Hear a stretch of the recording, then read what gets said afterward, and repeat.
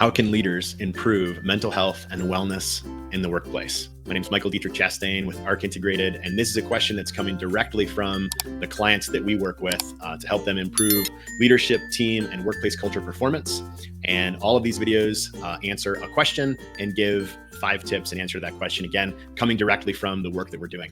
Just a little bit of a caveat, because I'm still a licensed therapist, I want to say that this is not clinical advice. These are just strategies that I've seen work well as an executive coach and consultant to organizations in the last many years. So let's dive into it. Tip number 1 is to normalize mental health and wellness through connecting it to a core value at the company. So what does that mean? Let's say a core value, as an example, is care, company value of care.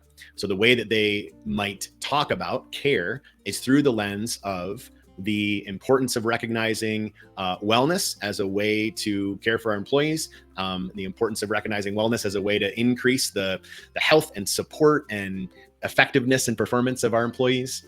You might also connect care to mental health in the context of normalizing the fact that many of us have some sort of mental health challenge over the course of our lives. Again, the tip is finding a core value within the company and then connecting that to mental health and wellness to normalize it. Tip number 2 is to remove the demands that negatively impact mental health and wellness.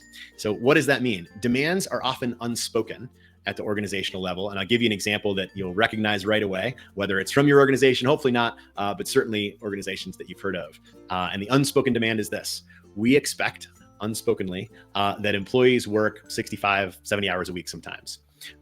What that is essentially counterindicative of creating, good wellness, good health for any individual. What we know about productivity and performance and ability to be our very best is that we need balance, we need rest, we need to take care of ourselves. And if the demand is that we're working 65, 75, 85 hours a week, the likeliness that that's going to influence our wellness or our mental health is pretty strong. And so what we can do as leaders is to remove that unspoken demand, or at the very least start to evaluate what are the unspoken demands that may negatively influence mental health and wellness in the workplace.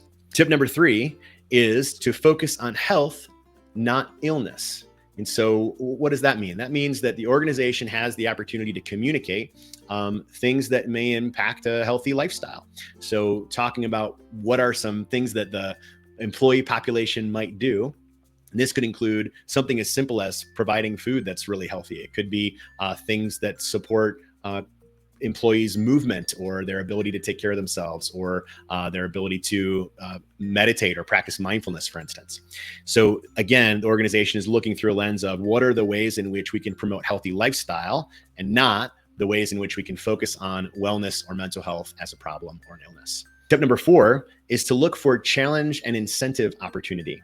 There's all sorts of examples of this that you've seen probably, or maybe you haven't, in the corporate world, but things like a water challenge, drinking X amount of water per day, challenges around meditating a certain amount of times per week, challenges around a walkathon or a 5K challenge. There's all sorts of ways in which an organization can create challenges and incentives for participation around healthy living. It's a way to get people involved. It's a way to create some community, and hopefully it's a way to perhaps even reward people depending on their participation, which is a good lead into tip number 5, which is all about building community. One of the things that we know about wellness, about mental health, about peak performance in general, is that one of the predictors of challenge that comes up in the research all the time is isolation and loneliness. Meaning that when we're more isolated and we're more lonely, that often correlates to things like anxiety and depression or illness.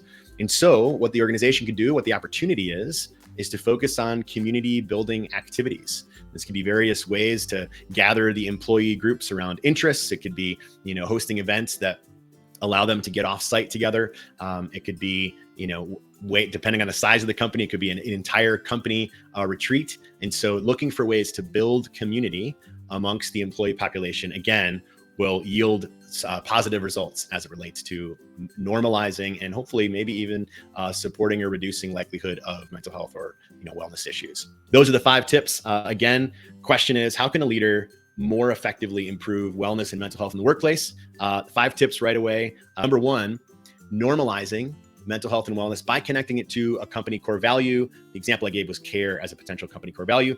Tip number 2, remove the demands, unspoken demands that likely are contributing to mental health or wellness challenges, i.e. the 65, 75, 85-hour work week. Tip number 3 is focus on health, not illness. Look for ways to promote healthy lifestyle. Tip number 4 is find ways to institute challenge and incentives for participation. And tip number 5 is build community. Build community. If you've watched this long, thank you so much. Again, Michael Dietrich Chastain with ARC Integrated. This is a Leadership Live 5 where we take one question from a client that we've been working with and give 5 strategies in answer to that question. Hope this finds you doing very well. Take good care of yourselves. We'll talk to you next time.